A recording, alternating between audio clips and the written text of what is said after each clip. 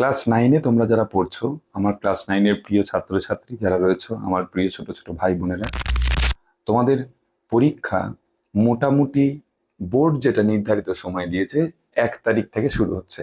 সমস্ত স্কুলের পরীক্ষা কিন্তু 1 তারিখেই শুরু হবে। অতএব চিন্তা তো তোমরা সকলে খুবই করছো, পড়া হয়নি, সব সিলেবাসটা এখনো শেষও হয়ে উঠতে পারোনি, মানে শেষ করে উঠতে পারোনি।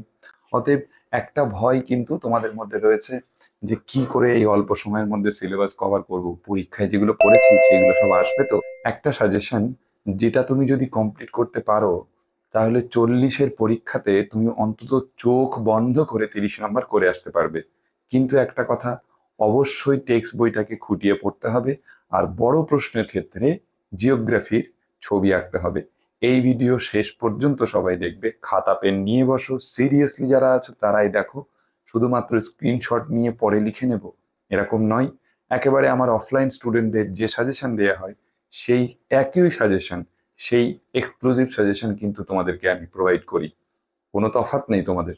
অতএব যারা পড়েছো ভালো করে, তারা এই পার্টিকুলার প্রশ্নগুলো অনেক ভালো করে পড়ে গেলে পরীক্ষাটা আরো বেশি ভালো হতে পারে। এত পড়ে, এত কিছু জেনে মুখস্থটা রাখা তো সম্ভব নয়। অতএব কিছু প্রশ্ন তোমার বেস্ট চয়েসে থাকা দরকার। আর এই বেস্ট চয়েস যদি পরীক্ষায় আসে, দেন তুমি কিন্তু পরীক্ষাটা খুব ভালোভাবে দিতে পারবে। তো অতএব আমি সোজাসুজি তোমাদেরকে স্ক্রিনে নিয়ে চলে যাচ্ছি, সাজেশনগুলো ধীর ধরে ধরে বলবো, চ্যাপ্টার ওয়াইজ বলবো। এইবারে কেমন করে তুমি লিখবে, অবশ্যই অবশ্যই সেটা ভিডিও শেষেও বলবো। কিছু স্পেশাল টিপস থাকবে যেগুলো একেবারে সাজেশন দেওয়ার পরে আলোচনা করবো। তো আমরা সোজাসুজি একেবারে স্ক্রিনে চলে যাই। স্ক্রিনে গেলে আমরা দেখতে পাবো যে প্রথম তোমাদের যে অধ্যায় আছে সেই অধ্যায়টা, অর্থাৎ তৃতীয় অধ্যায় যেটা তোমাদের পরীক্ষায় আছে। কোনো কোনো স্কুল ফার্স্ট ইউনিটে তৃতীয় অধ্যায় করে নিয়েছে, কিন্তু ম্যাক্সিমাম স্কুল, বেশিরভাগ স্কুলে কিন্তু তৃতীয় অধ্যায়টা রয়েছে। তাই প্রশ্নগুলো একটু ভালো করে দেখে নেব। তাহলে মান 2-এর ক্ষেত্রে যে প্রশ্নগুলোতে স্টার দেয়া আছে, এই যে প্রশ্ন যেগুলোতে স্টার দেয়া রয়েছে সেগুলো কিন্তু বেশি ভালো করে দেখতে হবে, সেগুলোকে কিন্তু বাদ দেওয়া যাবে না এই স্টার দেওয়া জায়গাগুলো। তাই একেবারে প্রথম দিকে যে অংশগুলোর প্রশ্ন রয়েছে, একেবারে মান 2, এই অংশটা পুরো, এই অংশটার প্রশ্ন যেগুলো আছে এটা কিন্তু ভালো করে দেখতে হবে। অক্ষাংশ কাকে বলে, অক্ষরেখা কাকে বলে, তারপরে হচ্ছে নিরক্ষরেখা। এই ক্ষেত্রে কিন্তু ছবি আঁকা বাধ্যতামূলক, অর্থাৎ নিরক্ষরেখা যদি আসে তাহলে এরকম ছবি এঁকে মাঝখান দিয়ে ইকুয়েটার লিখে দিতে হবে, নিরক্ষরেখা দেখিয়ে দিতে হবে, তাহলে কিন্তু পুরো মার্কসটা পাওয়া যাবে। অল্প সময় সামান্য ছবি এঁকে দেয় ভালো। মূল মধ্যরেখা কাকে বলে, ক্রোনোমিটার ভীষণ ইম্পর্টেন্ট। টেক্সট্যান্ট, আন্তর্জাতিক তারিখ রেখা বলতে কি বোঝো, অথবা এই নিয়ে আরেকটা কোশ্চেন আছে, প্রমাণ সময়, নিরক্ষীয় তল, প্রতিপদের স্থান, এম এবং পিএম কাকে বলে, দ্রাঘিমা রেখা। পার্থক্য যেগুলো আসেই পরীক্ষায় বেশিরভাগ, সেটা হচ্ছে অক্ষরেখা দ্রাঘিমা রেখার পার্থক্য, স্থানীয় সময় প্রমাণ সময়, এবং নিরক্ষরেখা ও মূল মধ্যরেখা। এর মধ্যে এই দুটো বেশি ইম্পর্টেন্ট, তাই এই দুটো ভালো করে দেখবো। অক্ষরেখা এবং দ্রাঘিমা রেখার যদি পার্থক্য আসে, তোমরা অবশ্যই, আমি তোমাদের একটা ফাঁকা পেজে গিয়ে দেখিয়ে দিচ্ছি যে এরকম তোমরা পার্থক্য লিখলে, তোমরা পার্থক্য যে লিখলে দাগ টেনে এবং এইভাবে লিখলে, এখন পার্থক্য যদি 1 2 3 4 করে লেখা শেষ হয়ে যায়, তারপরে তুমি কিন্তু নিচে, এটা যদি অক্ষরেখা হয় তাহলে এখানে অক্ষরেখার ছবি, অথবা একটা ছবি দেখে সেখানে অক্ষরেখা এবং দ্রাঘিমা রেখা এই দুটো ছবি কিন্তু এঁকে দেবে। তাহলে পার্থক্যের যদি তুমি 4টে পয়েন্টও লেখো তাহলেও কিন্তু 5 থাকলে তোমাকে 5 নাম্বার কিন্তু দেবে, বাধ্যতামূলক। পরবর্তী অংশে আসি, অক্ষরেখার অপর নাম সমাক্ষরেখা কেন, ভীষণ ইম্পর্টেন্ট প্রশ্ন, বহুবার বহু স্কুলে এসছে। এছাড়া এই যে পরীক্ষায় 180 ডিগ্রিকে কেন অনুসরণ করেনি, এই প্রশ্নটা একটু ঘুরিয়েই যদি দেয়, আন্তর্জাতিক তারিখ রেখা মাঝে মাঝে বাঁকিয়ে দেওয়া হয়েছে কেন, অর্থাৎ 180 ডিগ্রি যদি মানে ফলো করতো, অনুসরণ করতো, দেন তাহলে তো পুরো স্ট্রেট হতো, তাই জন্য বাঁকিয়ে দেওয়া হয়েছে, অর্থাৎ কি 180 ডিগ্রি যে দ্রাঘিমাংশ সেটাকে অনুসরণ করেনি। একই প্রশ্ন, ঠিক আছে, কিন্তু একটু ঘুরিয়ে দিলে আমরা ভুল করে আসি। তাই এই দুটো কোশ্চেন, মানে এই একটাই প্রশ্ন যেটা ভালো করে দেখতে হবে অবশ্যই, একই দেশে একাধিক প্রমাণ সময়ের প্রয়োজন হয় কেন। আসলে দেখো, যে দেশের ভীষণ বড়, বিশেষ করে দেখো রাশিয়া এরকম ধরনের যে দেশগুলো আছে, সেখানে কিন্তু এই সময় প্রমাণ সময় স্ট্যান্ডার্ড টাইম 2 3টে স্ট্যান্ডার্ড টাইম থাকে। সেটা তোমরা এই প্রশ্নটা অত্যন্ত ভালো করে পড়বে, খুব আসে। বড় কোশ্চেনের ক্ষেত্রে আমি তোমাদের আগেই বলছি, দুটো বড় কোশ্চেন আমাদের দেবে দুটো অধ্যায় থেকে, যে কোনো দুটো অধ্যায় থেকে। একটা তো তোমরা পশ্চিমবঙ্গের প্রাকৃতিক পরিবেশ থেকে পেয়েই যাচ্ছ, তাই এই চ্যাপ্টারে বড় কোশ্চেন খুব ভালো করে পড়ার কোনো প্রয়োজন নেই। তোমরা যদি মনে করো বড় কোশ্চেন একটাও পড়বে না, তাতেও কোনো সমস্যা নেই, কিন্তু অন্য দুটো চ্যাপ্টারে বড় কোশ্চেন, মানে 3টে চ্যাপ্টারের বড় কোশ্চেন তোমাকে অন্তত ভালো করতে হবে। দুটো পড়লেই হয়ে যায়, একটা প্রাকৃতিক ভূগোল থেকে, একটা আঞ্চলিক ভূগোলের পশ্চিমবঙ্গ থেকে। দুটো বড় কোশ্চেন যদি ভালো করে তোমার অ্যান্সার করতে হবে, দুটো চ্যাপ্টারের বড় কোশ্চেন সব পড়লে আমরা কিন্তু পেয়ে যাবো 5 নম্বরের প্রশ্ন। কিন্তু রিস্কের জায়গা যদি না রেখে 3টে চ্যাপ্টার বেস্ট চয়েস হয়। তো বড় কোশ্চেন এখানে যদি তোমরা পড়ো, তাহলে এই দুটো প্রশ্ন আমি বলবো পড়তে। পরবর্তী যে অধ্যায়, 4 নম্বর অধ্যায়, ভূমিরূপের গঠন প্রক্রিয়া। তো সেখানে আমাদের প্রশ্ন যেগুলো আছে, বিশেষ করে ডেকান ট্র্যাপ ছবি এঁকে সহ উত্তর দেবে, পাঁচ সীমান্ত বা অভিসারী পাঁচ সীমান্ত যেটা আমরা বলছি, জিওসিনক্লাইন, লোয়েস সমভূমি বা লোয়েস কি, ইনসেলভার্জ মোনাডন কি, স্তূপ পর্বত সৃষ্টির প্রক্রিয়া দিতে পারে বা সংজ্ঞা দিতে পারে, বা যারা ভীষণ ইম্পর্টেন্ট, প্রশান্ত মহাসাগরীয় মেঘলা। এই কোশ্চেনটা একদম 100% পরীক্ষায় আসবে, ম্যাক্সিমাম 80% স্কুলেই পরীক্ষায় কোশ্চেন দিয়ে থাকে। আগ্নেয় পর্বত ক্ষয়জাত পর্বতের পার্থক্য, ভীষণ ইম্পর্টেন্ট প্রশ্ন। অবরোহণ, এটা আমাদের একটু ভুল আছে, অবরোহণ না, ঠিক আছে, অবরোহণ ও আরোহণ, এই দুটো যে প্রক্রিয়া, এই বানানটা একটু মিস্টেক আছে, এই প্রক্রিয়ার পার্থক্য লেখো। অবশ্যই অবশ্যই কিন্তু ভালো করে পড়বে। অন্তর্জাত বহির্জাত প্রক্রিয়ার পার্থক্য, এই তিনটে পার্থক্য, এই তিনটে যে পার্থক্য আছে, এই তিনটে পার্থক্য অত্যন্ত ভালো করে পড়বে। একটা, দুটো এবং এই তৃতীয় এটা।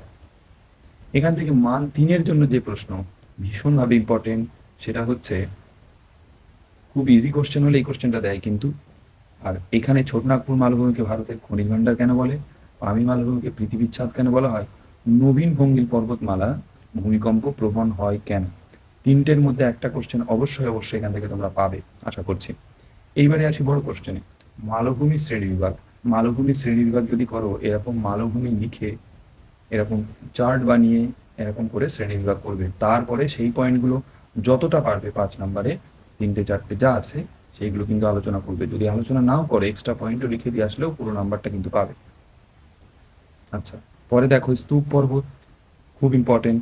তারপরে হচ্ছে পাঁচ সঞ্চালন যে তত্ত্ব আছে, পাঁচ সংস্থান যেটা, সেই তত্ত্বের উপরে আলোচনা। এই 3টে প্রশ্ন অবশ্যই ভালো করে দেখবে, বাদ দেবে না কিন্তু।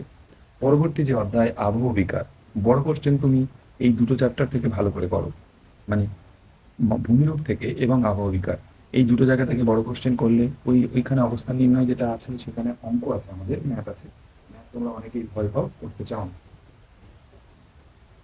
আচ্ছা, এইবারে হচ্ছে দেখো, ভূমিরূপের চ্যাপ্টারের পরে আবহ বিকারের চ্যাপ্টারে আমরা পাচ্ছি রাসায়নিক আবহ বিকার এবং যান্ত্রিক, দুটোর মধ্যে একটা আসার খুব সম্ভাবনা। স্বল্পমোচন বা স্বল্পমোচন যেটা বলে, এটা স্বল্পমোচন হবে, স্বল্প বানানটা ঠিক নয়।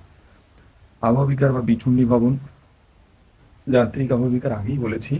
অ্যালুভিয়েশন এবং এলুভিয়েশন দুটো কিন্তু বানান বলে না, এটা আলাদা জিনিস, এটা আলাদা।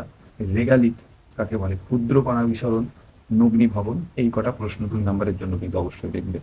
যান্ত্রিক ও রাসায়নিক আবহ বিকারের পার্থক্য, ভেরি ভেরি ভেরি ইম্পর্টেন্ট, মনে রাখবে। আরও কিছু কোশ্চেন আছে, মৃত্তিকা ক্ষয়ের কারণ, ক্যাজুয়াল কোশ্চেনে খুব আসে, 5টা পয়েন্ট লিখবে মিনিমাম। যদি 3 নম্বরে আসে তাহলে 4টে লিখলেই যথেষ্ট। শিলায় কেন মরচে পড়ে, ঠিক আছে, মরু অঞ্চলে কেন যান্ত্রিক আবহ বিকার দেখা যায়, এবং রেগালিত তোমরা ওখানে পড়েছো, অতএব এখানে আবার দ্বিতীয়বার পড়ার প্রয়োজন নেই। আবহ বিকার ও খনিভবনের পার্থক্য দেখবে। এরপরে এখান থেকে বড় কোশ্চেন দয়া করে কেউ বাদ দিও না, কারণ তুমি এই দুটো চ্যাপ্টারের বড় কোশ্চেনই ভালো করে করছো, যান্ত্রিক আবহ বিকার এবং রাসায়নিক আবহ বিকার। এই দুটো ভালো করে করলেই খুব খুব ভালো করে তুমি পরীক্ষায় একটা বড় কোশ্চেন পেয়ে যাবে আশা করছি, যদি এখান থেকে দেয়। আর বাকি দুটো অবশ্যই দেখে রাখবে, আবহ বিকারের ফলাফলে আলোচনা করো। 5টা পয়েন্টে যদি 5 নম্বরে আসে, 6টা পয়েন্ট দেবে ভূমিকা এবং মূল্যায়ন বাদে। জৈব আবহ বিকারের ক্ষেত্রেও তোমরা কি কি পদ্ধতিতে ঘটে, পদ্ধতি কটা লিখে 2-4 লাইন করে আলোচনা করলেই হয়ে যাবে। এইবারে যে অংশটা তোমরা সব থেকে ভালো করে প্রাকৃতিক ভূগোলে, পশ্চিমবঙ্গের প্রাকৃতিক পরিবেশ, ওকে, এটা আসবে। এইখানে 2 নম্বরের কোশ্চেন তোমরা দেখে ভাবছো বাবা এত প্রশ্ন, দেখো কত, এত প্রশ্ন তুমি তো সবই ভালো করে পড়ছো না, কিছু কিছু ভালো করে পড়ছো। কোনগুলো পড়ছি আর স্টার দিয়ে দিয়েছি, অবশ্যই দেখে নাও। তোমরা যারা ভিডিও দেখছো, দয়া করে খাতায় লিখে নাও অথবা স্ক্রিনশট করে নাও, পরে তোমরা সময় মতো লিখে নেবে। তিস্তাকে ত্রাসের নদী বলে কেন? কমেন্টে বলে যাবে কতগুলো প্রশ্ন পরীক্ষায় পেলে। সুন্দরবনের নদীগুলিতে উজান স্রোত কেন দেখা যায়? ছিটমহল কি? ভীষণ ইম্পর্টেন্ট। পশ্চিমবঙ্গের যে দুঃখের নদী দামোদরকে কেন বলা হয়? ভীষণভাবে গুরুত্বপূর্ণ। আমি একটু এটাকে থিঙ্ক করুন। আচ্ছা, জরায়ুর অঙ্কুরোদ্গম ভীষণ ইম্পর্টেন্ট প্রশ্ন। আলপীয় উদ্ভিদ, মৌসুমী বিস্ফোরণ আসবেই আসবে। খাদার ও ভাঙ্গারের পার্থক্য কিছু কিছু স্কুল দেয়, তাই সংজ্ঞাগুলো মনে রাখলেই পার্থক্য লেখা যাবে, তাই দুটো সংজ্ঞাই পড়বে। বাংলার দুঃখ কাকে কেন বলে? এই দামোদর নদকে বাংলার দুঃখ বলে আমরা জানি। পশ্চিমবঙ্গের দুঃখ আর বাংলার দুঃখ কি আলাদা? একই। আচ্ছা, বহুমুখী নদী পরিকল্পনার উদ্দেশ্য অথবা কাকে বলে? খুব ইম্পর্টেন্ট। টিকার ক্ষেত্রে ঝুম চাষ, কালবৈশাখী আশ্রয় ঝড় সাধারণত দেয় না, কোনো কোনো স্কুল দেয়, তবুও তোমরা দেখে যাবে। পশ্চিমী ঝঞ্ঝা, হিউমাস। ঝুম চাষ তো বলেছি, পটসল মৃত্তিকা এবং জিটিএ খুব ইম্পর্টেন্ট। মৃত্তিকা সংরক্ষণের পদ্ধতি ভালো প্রশ্ন অত্যন্ত। দ্বিতীয় প্রশ্ন যেটা আছে, সুন্দরবনের নদ নদীতে কেন বেশি বৈশিষ্ট্য যেগুলো আলোচনা করো এটা। এবং এই প্রশ্ন, উত্তরবঙ্গের নদ নদীগুলো কেন বন্যা প্রবণ হয় অথবা কেন বেশি বন্যা দেখা যায়, খুব খুব গুরুত্বপূর্ণ। পরবর্তী যে কোশ্চেন সেগুলো সব দেখছো, তারপরেও উত্তরবঙ্গ ও দক্ষিণবঙ্গ নদ নদীর পার্থক্য অবশ্যই দেখে যাবে। ভাগীরথী হুগলি নদীকে পশ্চিমবঙ্গের জীবনরেখা বলা হয় কেন? এতবার এই প্রশ্নটা ঘুরিয়ে ফিরিয়ে দেয়, তোমাদের কল্পনাও করতে পারবে না। যদি তোমরা বিগত কয়েক বছরের প্রশ্ন দেখো তাহলে বুঝতে পারবে। আচ্ছা, তারপরে পশ্চিমবঙ্গের নদীগুলি অধিকাংশ নদী পূর্ব বাহিনী কেন? আসলে আমাদের ভূপ্রকৃতি, আমাদের যে ল্যান্ড ফর্ম, সেটার কারণেই কিন্তু নদীর গতিপথ হয়, মানে নির্ধারিত হয়। আসলে পশ্চিমবঙ্গ আমাদের উত্তর দিক তুলনামূলকভাবে পার্বত্য অঞ্চল, এবং আমাদের যত দক্ষিণে যাই তত আমরা আমাদের ল্যান্ডফর্মটা লোয়ার হতে চাই। এটার হচ্ছে অন্যতম প্রধান কারণ, আমাদের সব নদীগুলো, ম্যাক্সিমাম নদীগুলো সব আমাদের অধিকাংশ নদী পূর্ব দিকে চলে গেছে। মানে পশ্চিমবঙ্গের দক্ষিণ দিকে মানে কিন্তু অ্যাকচুয়ালি পূর্ব দিকে। যাই হোক, পরবর্তী প্রশ্ন, মৌসুমী জলবায়ুর প্রভাব। ঘুরিয়ে ফিরিয়ে দেবে। পশ্চিমবঙ্গের জলবায়ু বৈচিত্র্য আর একই ব্যাপার, পশ্চিমবঙ্গের ঋতুর বৈচিত্র্য একই ব্যাপার, একই প্রশ্ন, একেবারে 80% এই প্রশ্নগুলো এক উত্তর। একটু ঘুরিয়ে ফিরিয়ে লিখলেই কিন্তু আমরা লিখতে পারবো। পশ্চিমবঙ্গের জলবায়ু নিয়ন্ত্রক বলে আলোচনা করো, খুব ইম্পর্টেন্ট। এখান থেকে একটা প্রশ্নও তোমরা দয়া করে বাদ দেবে না, কেননা তোমরা যদি এই অংশে বড় প্রশ্ন করো, আমি বলেছি 4টে বড় প্রশ্ন দেবে, 2টো উত্তর করতে হবে। এখান থেকে একটা পাবেই পাবে শিওর। আর এই দুটো চ্যাপ্টারে যদি এখান থেকে দেয়, এখান থেকে একটা পাবে, অথবা এখান থেকে তোমাকে দেবে। তাহলে এই তিনটে চ্যাপ্টার তুমি ভালো করে করলে 5 নম্বরের প্রশ্ন তোমার ইজিলি উত্তর হয়ে যাবে। বাকি থাকলে এমসিকিউ আর 2 নম্বরের জন্য সব চ্যাপ্টারগুলো ভালো করে পড়তে হবে। তাহলে এই পুরো সাজেশন যেটা বললাম, অবশ্যই অবশ্যই মনে রাখবে।